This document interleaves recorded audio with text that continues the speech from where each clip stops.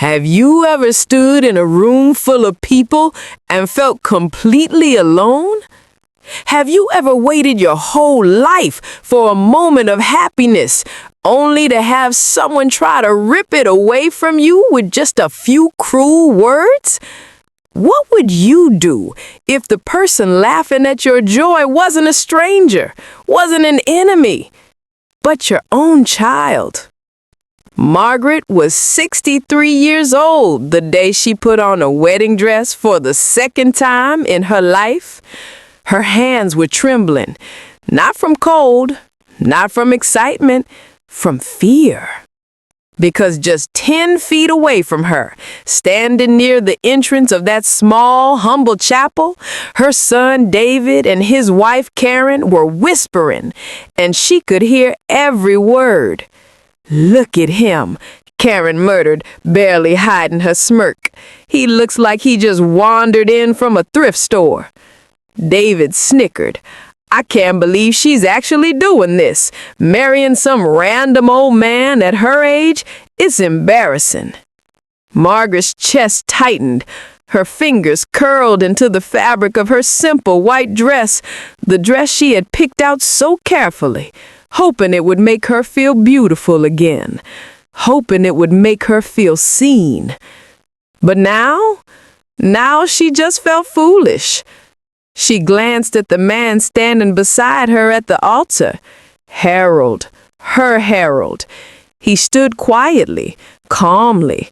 His suit wasn't expensive, she knew that. His shoes were old but polished. His hands, worn from years of work, rested gently at his sides. He didn't flinch at the whispers. He didn't react. But Margaret's heart was breaking. Is this a mistake? That thought crept in like poison. Am I too old for this? Too old to be loved? Too old to start over? Maybe they're right. Maybe I'm just a lonely old woman making a fool of myself. She wanted to disappear. She wanted to run out of that chapel, rip off this dress, and go back to her quiet, empty house when no one could judge her, when no one could laugh. But then Harold turned his head, slowly, gently, and he looked at her, not at the whispers, not at the smirks, just at her. And something in his eyes, something steady, something unshakable, made her stay. She didn't know it yet. Nobody in that room knew it yet. But the man they were calling some random old man, the man they were mocking for his worn hands and simple clothes, he was carrying a secret. A past so powerful, so honorable, that when it finally came to light, her son wouldn't just be silent, he would be ashamed. But we're not there yet. To understand what happened next, you need to know how Margaret got here. How a woman who had given up on love, who had convinced herself that her chapter was over, found herself standing at an altar again at 63. And trust me, that part of the story is just as important. Margaret never imagined she would be alone at 60. For 34 years, she had been married to her first husband, Richard. He was her high school sweetheart, her best friend, the man who held her hand through every storm life threw at them. They raised David together. They built a home together. They had plans, so many plans. They were supposed to travel after retirement. They were supposed to grow old sitting on the same porch, watching the sunset, laughing about the silly arguments they had when they were young. But life doesn't care about your plans. Richard was diagnosed with cancer when he was 58. 6 months later, he was gone. And Margaret felt like half of her had been buried in that grave with him. The first year after his death was a blur. She couldn't eat, she couldn't sleep. She would wake up in the middle of the night and reach for him, only to find cold, empty sheets. She would make 2 cups of coffee in the morning before remembering he wasn't coming downstairs. Grief doesn't just hurt. It rewires you. It makes you forget who you were before the pain. And Margaret forgot. She forgot what it felt like to laugh without guilt. She forgot what it felt like to look forward to tomorrow. She forgot what it felt like to be seen as a woman, not just a widow, not just a mother, not just someone to pity. Her son David was no comfort. After the funeral, he visited once, maybe twice. Then the calls became shorter. The visits disappeared. He had his own life now, a big house, a demanding wife, a career that kept him too busy to check on his aging mother. Margaret told herself she understood. She told herself he was just busy. But late at night, when the house was too quiet and the loneliness pressed down on her chest like a weight, she couldn't lie to herself. He had moved on, and she was stuck.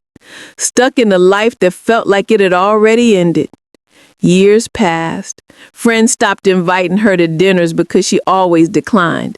Neighbors waved politely, but never really talked. The world seemed to move faster and faster around her while she stood still, invisible, forgotten. She started to believe what society whispered about women like her. You too old for new beginnings. Love is for the young. You had your chance. Now just be grateful for the memories and wait for the end. She believed it. She truly believed it. And she had made peace with dying alone. Until one autumn afternoon, everything changed. There was a veterans memorial event at the local community center. Margaret didn't even want to go, but her neighbor, a sweet woman named Gloria, insisted. Just come for an hour, Gloria said. Get out of that house. It'll be good for you. Margaret almost said no. She had 100 excuses ready. But something, maybe exhaustion, maybe desperation, maybe just the tiniest flicker of hope she didn't even know she still had, made her say yes. And that single yes, that one small decision to step outside her lonely world, was about to change everything. Because waiting at that community center, sitting quietly in the back row with no medals on his chest and no stories on his lips, was a man named Harold.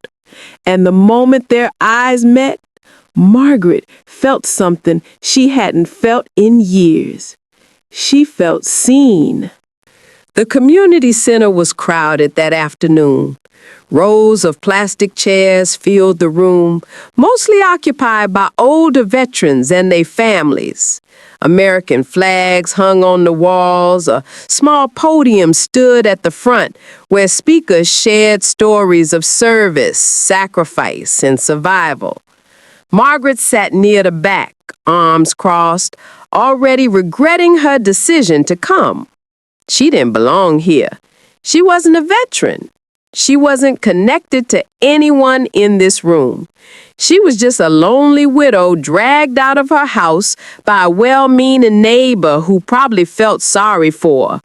Gloria had already wandered off to chat with someone she knew, leaving Margaret alone on a cold metal chair, watching strangers hug and laugh and share memories she had no part in. She felt invisible again.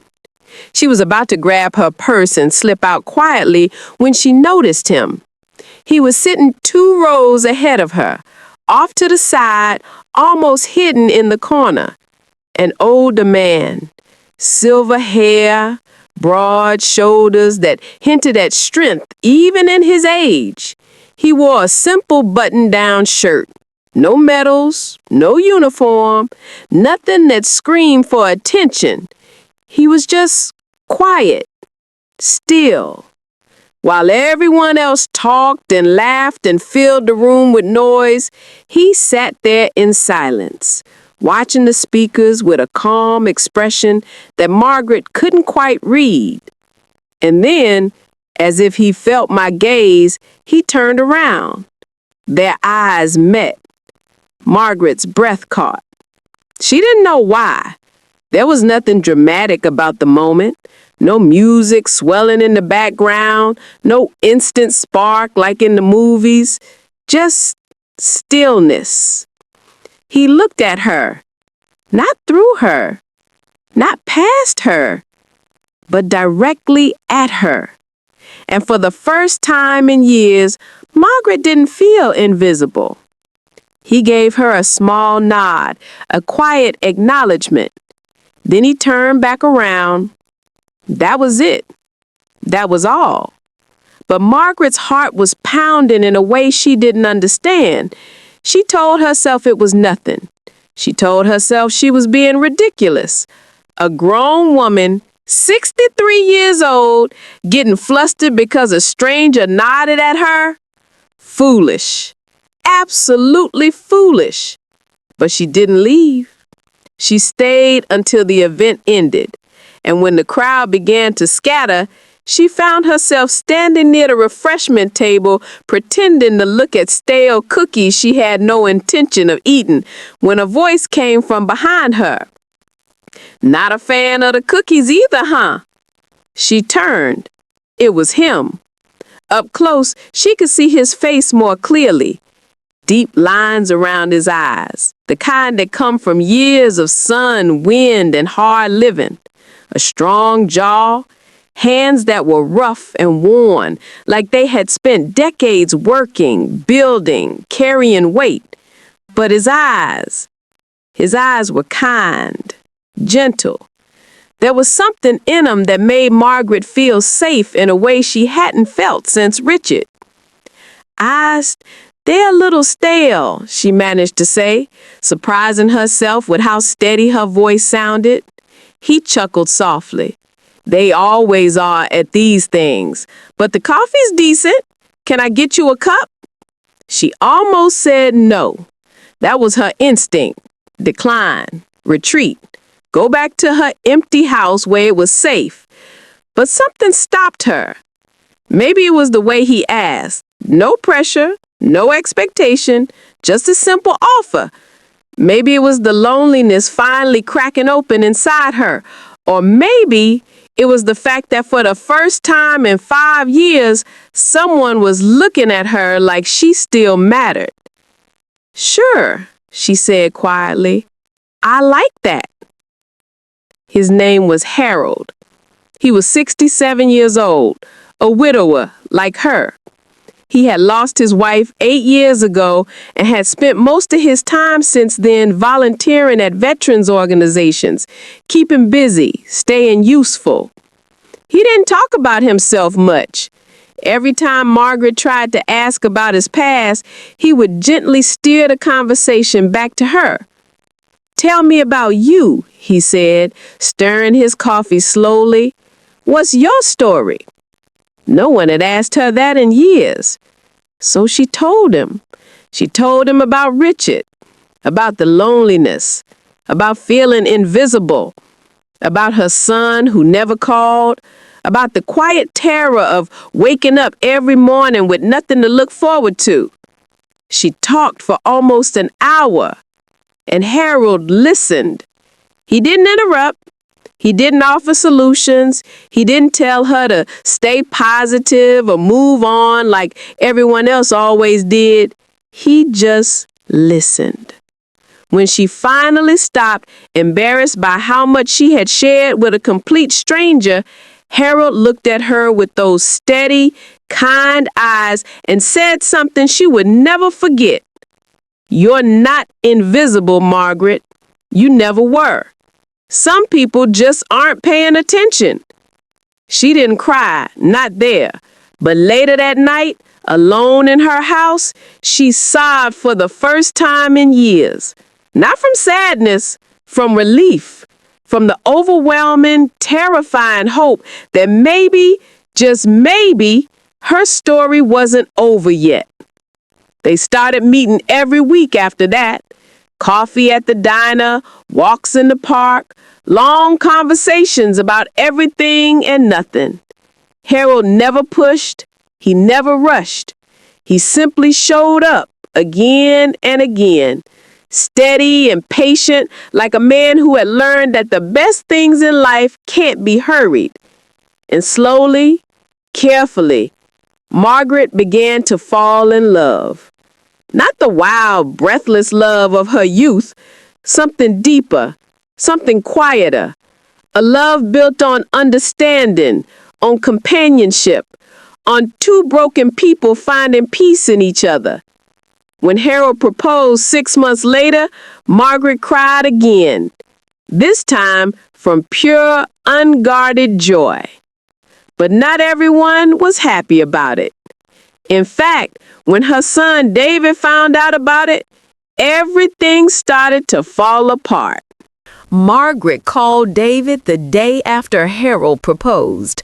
Her hands were shaking as she dialed his number, but this time it wasn't from fear. It was from excitement, pure, childlike excitement that she hadn't felt in decades. She had rehearsed what she would say. She imagined him being surprised, maybe even a little shocked, but ultimately happy for her. After all, she was his mother. She had spent her entire life sacrificing for him. Surely he would want to see her happy. The phone rang 3 times before he picked up. Mom, what is it? I'm in the middle of something. His voice was impatient, distracted, the same tone he always used with her now, like she was an interruption rather than a priority. Margaret swallowed her nerves. David, I have some wonderful news. I'm getting married. Silence. For a long moment, nothing. Then a laugh. Not a warm laugh, not a surprised laugh, a mocking, disbelieving laugh. Wait, what? You getting married? To who? His name is Harold, Margaret said, trying to keep her voice steady. I met him at a community event a few months ago. He's kind, David. He's wonderful. I really think you'd like him if you gave him a chance. Another pause. Then she heard it. Karen's voice in the background. Who's she marrying? Some old guy from a nursing home? David didn't even try to hide his wife's words. He chuckled along with her. Mom, are you serious right now? You're 63 years old. Don't you think you're a little too old for this? Margaret's heart cracked. Just a small crack, but it was enough. I'm not too old to want companionship, David. I've been alone for 5 years. I deserve to be happy. Happy? David scoffed. Mom, you barely leave the house, and now suddenly you're marrying some random guy none of us have ever met. How do you even know he's not after your money? We don't have money, David. You know that. Exactly. So what does he want then? What's his angle? Margaret felt the tears building behind her eyes. She fought them back. She refused to cry. Not now. Not while he could hear her. He doesn't have an angle, she said firmly. He loves me, and I love him. I was hoping you would be happy for me.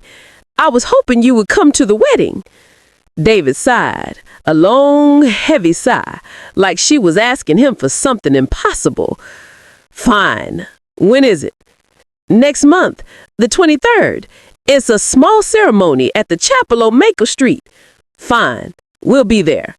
He hung up without saying goodbye. Margaret sat in her kitchen for a long time after that call, staring at the phone in her hand.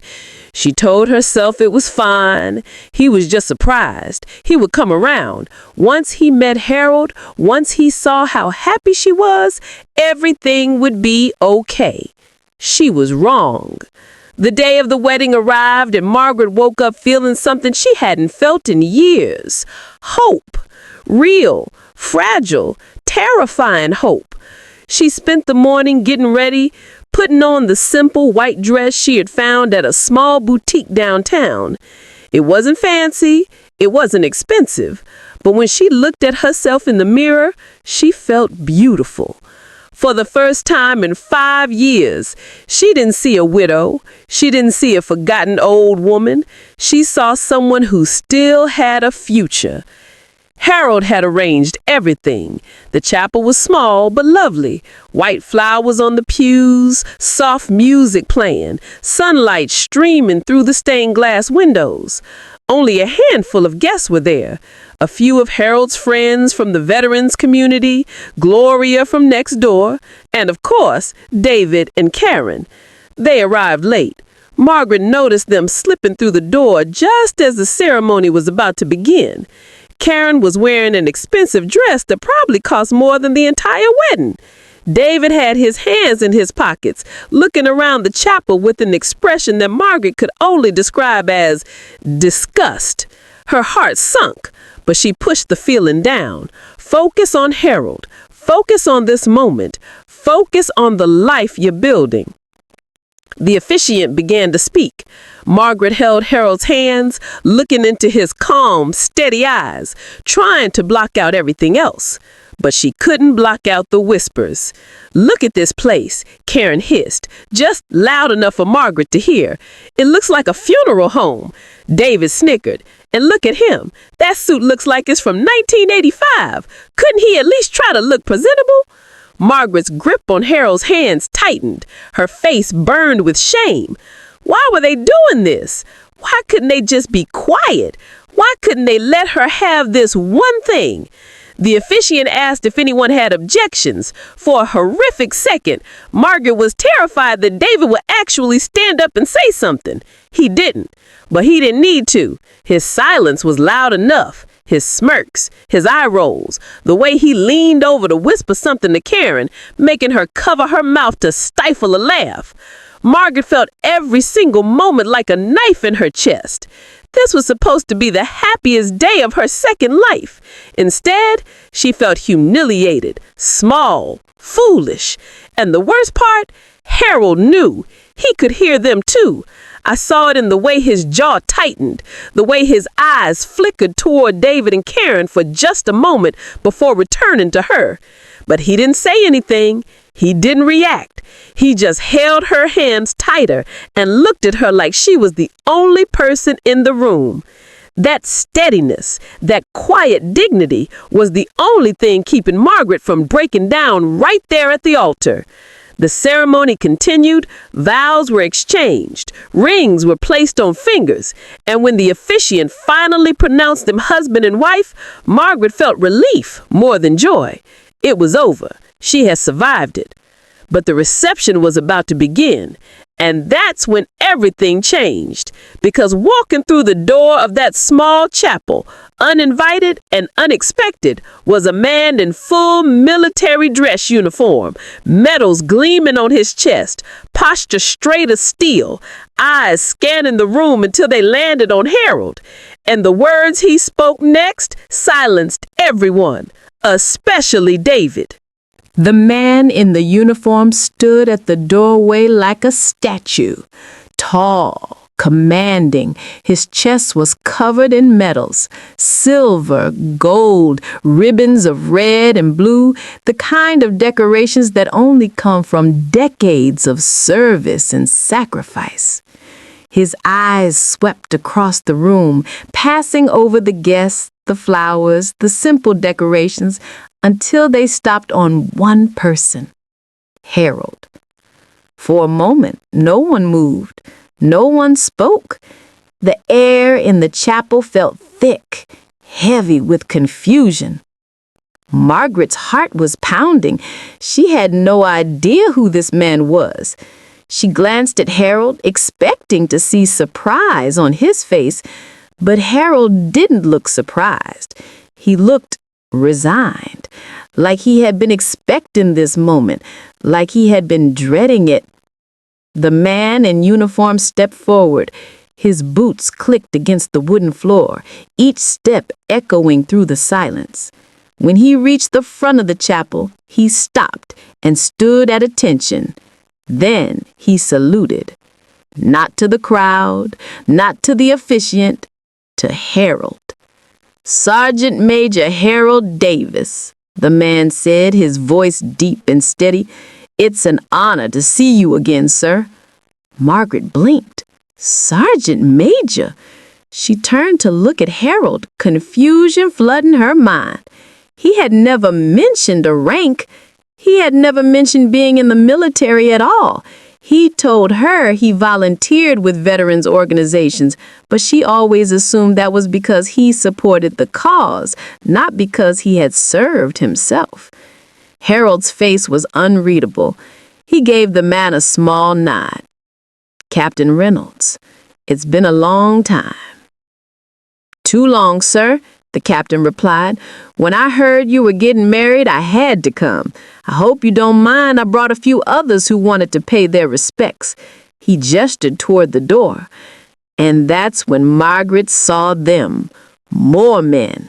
5, 6, 7 of them, all in uniform, all standing at attention, all looking at Harold with an expression she could only describe as reverence.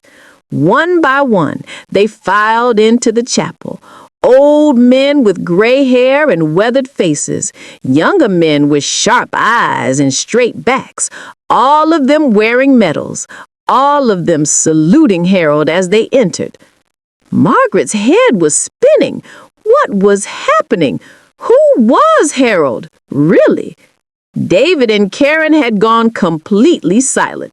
The smirks were gone. The whispers had stopped. Karen's face was pale. David's mouth was hanging open like he had forgotten how to speak.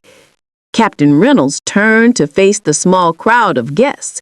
He cleared his throat and spoke in a voice that carried through the entire room.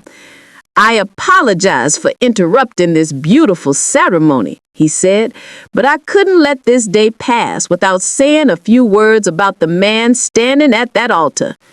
He paused, his eyes locking on to Harold. "Most of you probably don't know who Harold Davis is, and that's by design. He never talks about himself. He never brags. He never asks for recognition. But I served under this man for 3 tours of duty, and I am standing here today because of him." Margaret felt tears prickling at her eyes. She looked at Harold, but he wouldn't meet her gaze. His head was slightly bowed, his jaw tight, like he was uncomfortable with every word being spoken. But Captain Reynolds continued. "In 1969, our unit was ambushed in the Mekong Delta. We were pinned down, taking heavy fire, completely surrounded. Half our squad was wounded. We had no way out. Most of us had already made peace with the fact that we were going to die that day." His voice wavered slightly, but he steadied himself. "And then Sergeant Major Davis did something I will never forget as long as I live. He stood up, under enemy fire, bullets flying past his head, and he carried us out, one by one. He went back into that kill zone 7 times. 7 times! He took 3 bullets in the process, and he still didn't stop until every single one of us was safe."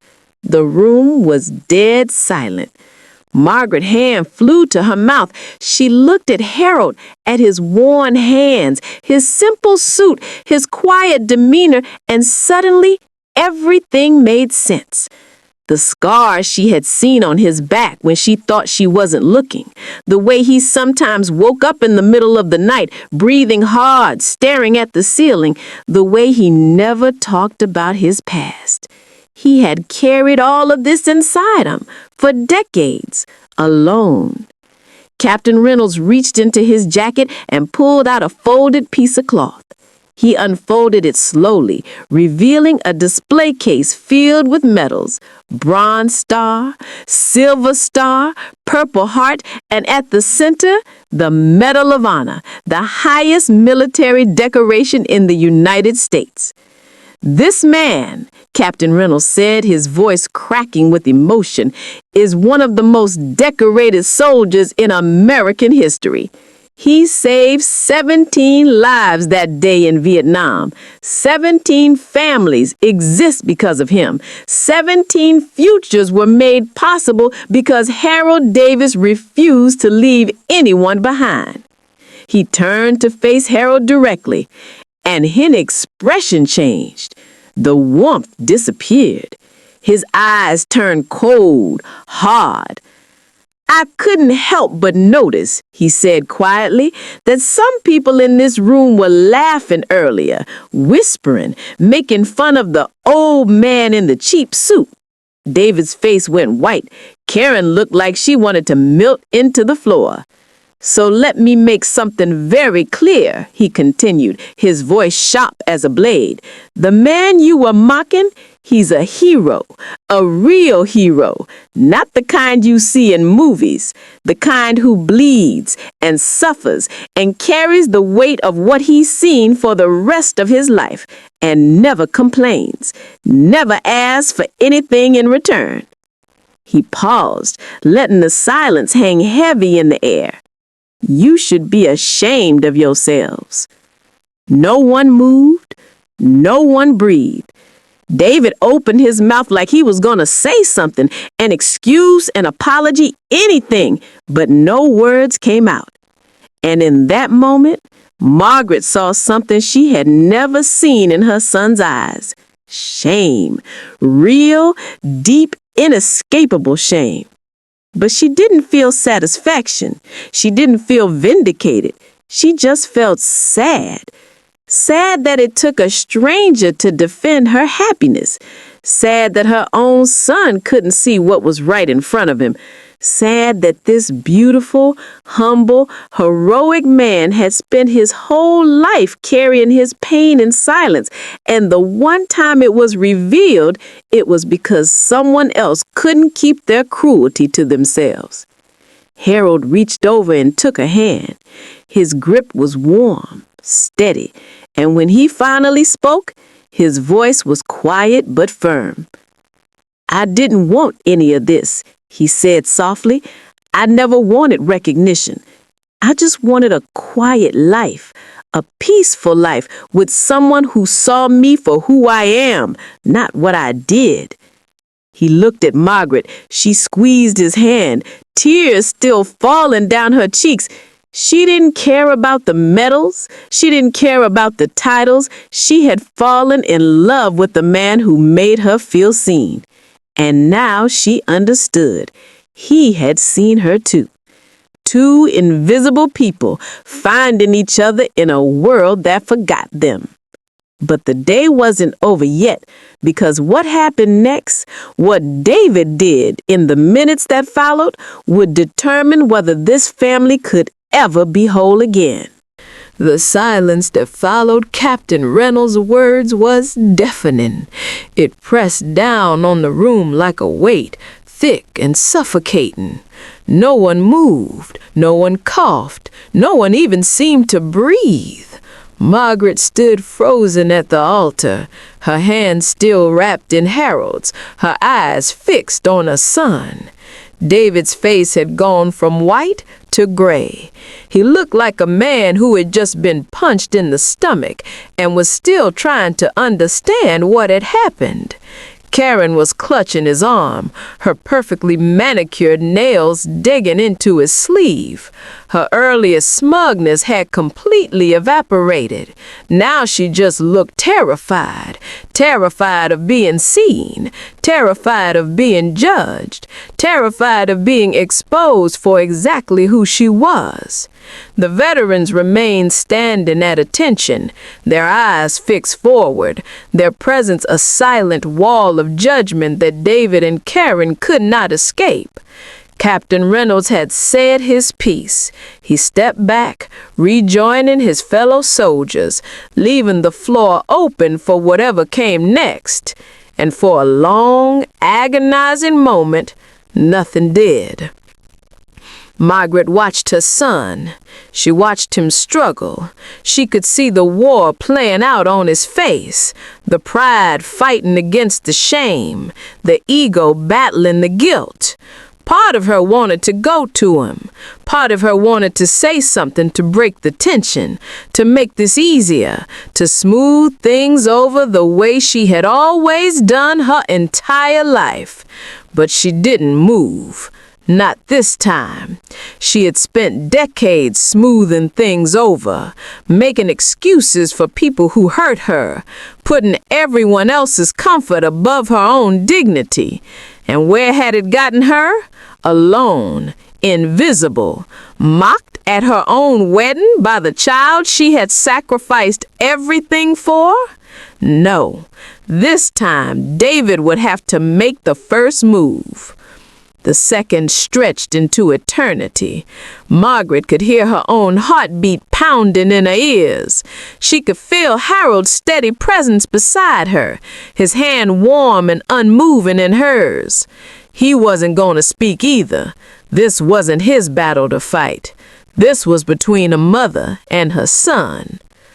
Finally, David moved. He pulled away from Karen's grip. He took one step forward, then another. His legs seemed unsteady, like a man walking through water. His eyes were fixed on the ground, unable to meet his mother's gaze. When he reached the front of the chapel, he stopped. He stood there, just a few feet away from Margaret and Harold, his shoulders slumped, his hands hanging limp at his sides. He looked small. Smaller than Margaret had ever seen him. This wasn't the arrogant, dismissive son who never returned her calls. This wasn't the man who laughed at her joy and called her foolish for wanting love. This was a boy, a broken, ashamed boy who had just realized the depth of his own cruelty. "Mom," his voice cracked. He swallowed hard, tried again. "Mom, He stopped. The words wouldn't come. Margaret waited.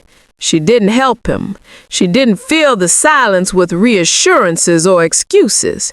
She just waited. David's eyes finally lifted. When they met hers, they were wet. Tears, actual tears, were streaming down his face. Margaret couldn't remember the last time she had seen her son cry. Maybe when he was a child. Maybe when his father died. But since then, nothing. He had become hard, cold, unreachable. And now, standing in front of her, he looked like he was falling apart. "I'm sorry." The words came out broken, barely above a whisper. "I'm so sorry, Mom. I didn't know." Margaret felt her heart twist. Part of her wanted to embrace him immediately, to tell him it was okay, to forgive and forget and move on like nothing had happened. But another part of her, a stronger part, a part that had been buried for too long, refused to let this go so easily. "You didn't know," she repeated quietly. "You didn't know that mocking me on my wedding day was wrong? You didn't know that laughing at the man I love would hurt me? You needed a soldier to tell you that your mother deserves basic respect." David flinched like he had been slapped. Karen, still standing near the back, let out a small gasp. She clearly hadn't expected Margaret to push back. Neither had David. He expected forgiveness. He expected his mother to do what she always did: absorb the pain, make peace, pretend everything was fine. But Margaret was done pretending. "I spent 5 years alone, David. 5 years grieving your father. 5 years waiting for you to call. 5 years wondering if I even mattered anymore. And when I finally found someone who made me feel alive again, you laughed at me. You laughed at him. You made me feel ashamed on the one day I was supposed to feel joy." David's tears were falling freely now. He didn't wipe them away. He didn't try to hide them. "I know," he whispered. "I know, Mom, I was wrong. I was so wrong. I don't know why." He trailed off, shaking his head. But I knew why. I had always known. It was easier to dismiss her than to deal with her own guilt for abandoning her. It was easier to look down on Harold than to admit that his mother had found something David himself was too proud to seek: genuine, unconditional love. "I'm not asking you to understand Harold's medals," Margaret said softly. "I'm not asking you to salute him or call him a hero or treat him like a celebrity. I fell in love with him before I knew any of that. I fell in love with him because he listened to me, because he showed up, because he made me feel like I wasn't invisible anymore." She paused, her voice trembling. "That's all I ever wanted from you, David. I didn't need you to save me. I just needed you to see me." David broke. He let out a sob, a raw, ugly sound that echoed through the silent chapel. And then he did something Margaret hadn't expected. He fell to his knees, right there in front of everyone, the veterans, the guests, his horrified wife. He dropped to his knees and bowed his head. "I'm sorry," he choked out. "I'm so sorry, Mom. Please, please forgive me. I don't deserve it. I know I don't deserve it. But please, give me a chance to be better." Margaret stared down at her son, her child, the baby she had held in her arms, the boy she had raised alone after Richard died, the man she had loved unconditionally, even when he gave her nothing in return. The anger was still there. The hurt was still fresh. But beneath all of that, beneath the pain and the disappointment, there was something else. Something that never dies, no matter how many times it gets wounded. A mother's love. She took a slow breath. She looked at Harold. He gave her the smallest nod, a silent message that said, "This is your choice. I'll support you either way." Margaret turned back to David. Slowly, she reached down and placed her hand on his head. "Stand up, David," she said quietly. He looked up, his face a mess of tears and shame. "Stand up," she repeated. "A man apologizes on his feet." David rose unsteadily. He wiped his face with the back of his hand, looking more like a lost child than a grown man. Margaret took a deep breath. "I forgive you," she said, "not because you deserve it, not because what you did is okay, but because I refuse to carry this weight for the rest of my life. I've carried enough." She paused, her eyes locking on his. "But forgiveness is not the same as trust. That you'll have to earn, and it won't be easy, it won't be quick. But if you're willing to try, really try, then so am I." David nodded frantically. "I will. I promise, Mom. I'll do whatever it takes." Margaret didn't smile. Not yet. The wound was too fresh for that, but she felt something shift inside her, a tiny release, a loosening of the knot that had been tightening in her chest for years. She turned to look at Karen, who was still standing frozen near the back, looking like she wished the ground would swallow her whole. She didn't need to say anything to her. Her shame was written all over her face. That was enough, for now. Harold squeezed Margaret's hand gently. She looked up at him, this quiet, a humble, heroic man who had never asked for anything except her love. And despite everything, despite the cruelty, the humiliation, the tears, she smiled because she had already won. She had found love. She had found dignity. She had found her voice, and no one, not even her own son, could take that away from her. The rest of that day passed in a blur of quiet moments and unspoken healing. After David's breakdown, the tension in the chapel slowly began to dissolve. It didn't disappear completely. Wounds that deep don't heal in an afternoon. But something had shifted. Something had cracked open. And sometimes that's where the light gets in. Captain Reynolds and the other veterans approached Harold one by one, shaking his hand, embracing him, thanking him for things that happened decades ago, but still lived fresh in their memories.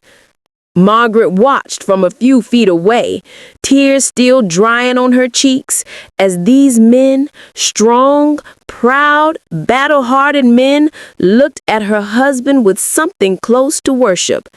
And Harold accepted each handshake with the same quiet humility he had shown since the day she met him.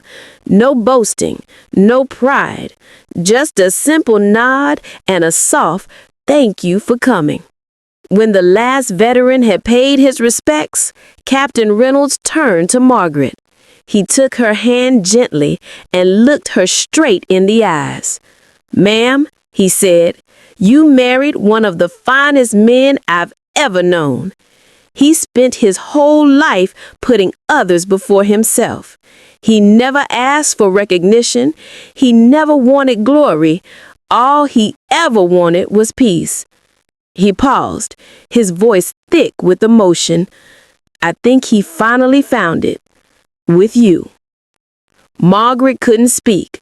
She just nodded, squeezing his hand, letting the tears fall freely.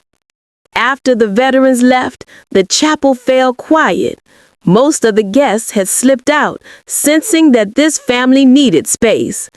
Gloria gave Margaret a long, tight hug before leaving, whispering, "I'm so proud of you, honey." And then it was just the four of them: Margaret, Harold, David, and Karen.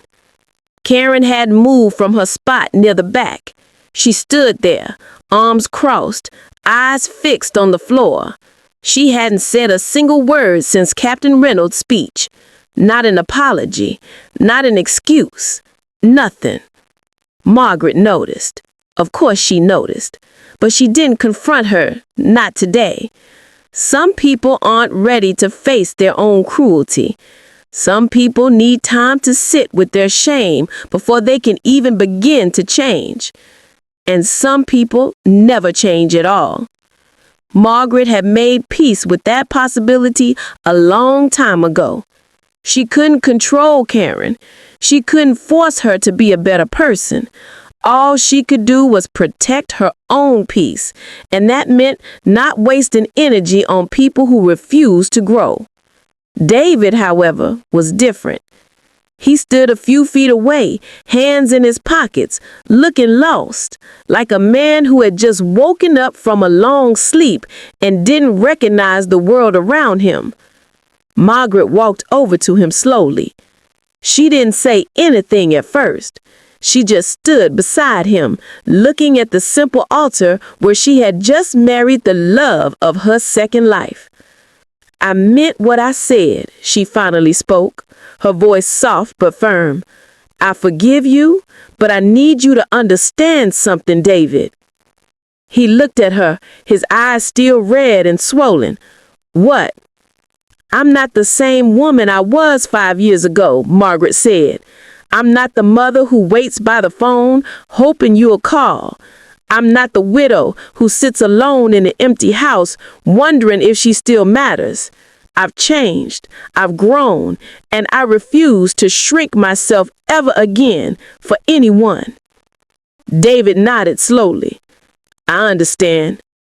"Do you?" Margaret asked, turning to face him fully. "Because this isn't just about today. This is about the years of silence, the missed birthdays, the calls that never came, the way you made me feel like a burden instead of your mother." David's jaw tightened. She could see the guilt washing over him in waves. I know I messed up. I got so caught up in my own life, my career, Karen, the house, all of it, that I forgot what really mattered. I told myself you were fine, that you didn't need me. But the truth is," he paused, his voice breaking. "The truth is, I was selfish. I didn't want to deal with the hard stuff. I didn't want to face how lonely you were because it made me feel guilty. So I just stayed away." Margaret listened without interrupting. This was the most honest David had been with her in years, maybe ever. "And then when you told me about Harold, I didn't react like a son should. I reacted like a coward. I mocked him because it was easier than admitting that you had found something I couldn't give you, something I should have given you all along." He wiped his eyes with the back of his hand.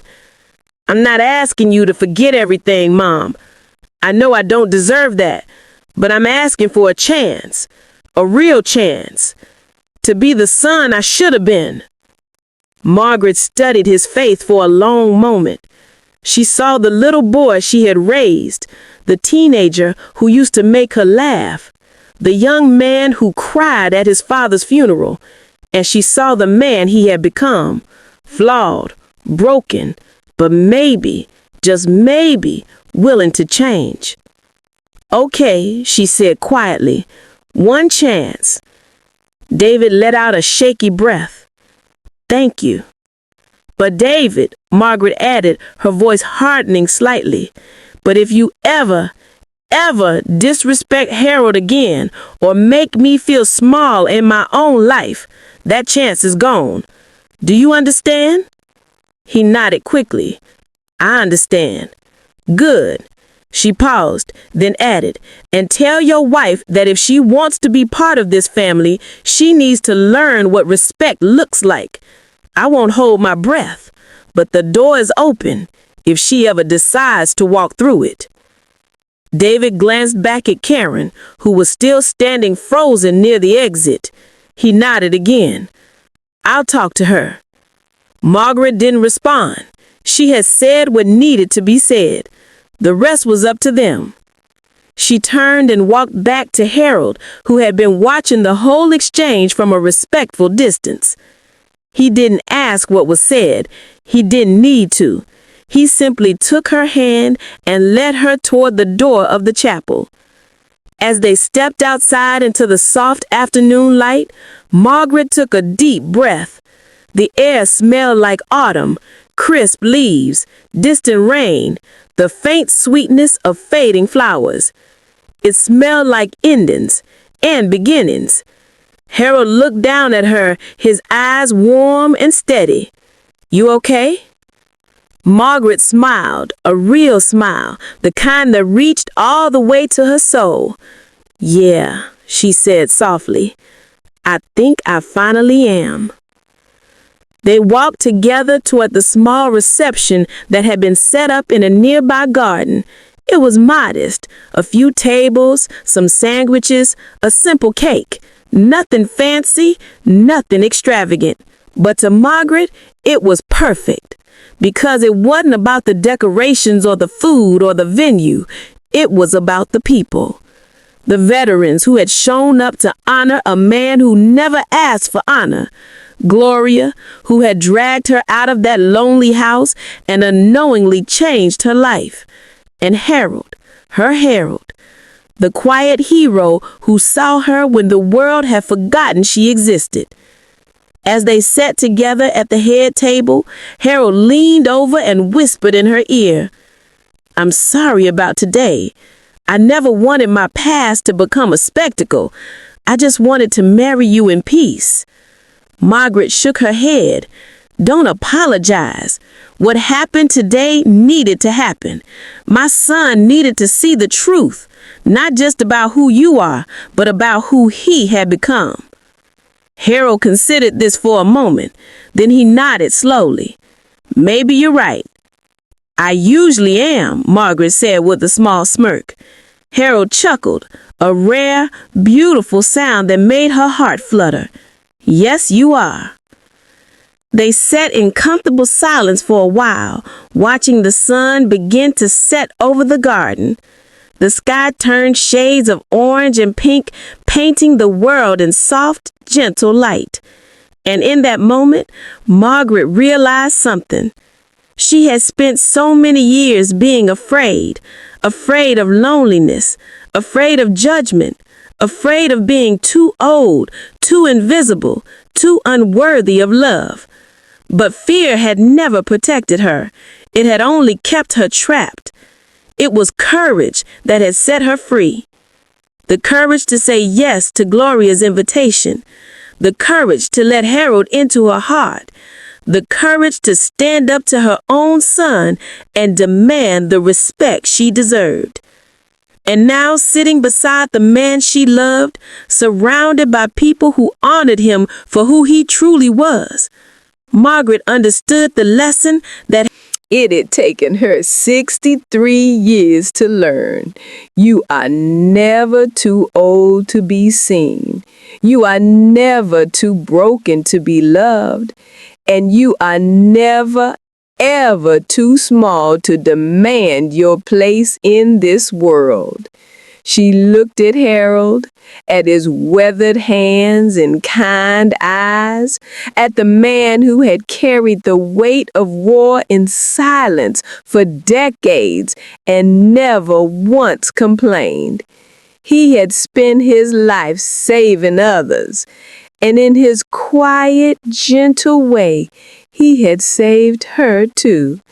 Not from danger, not from enemies, but from the lie she had believed for so long, the lie that her story was already over. It wasn't. It was just beginning.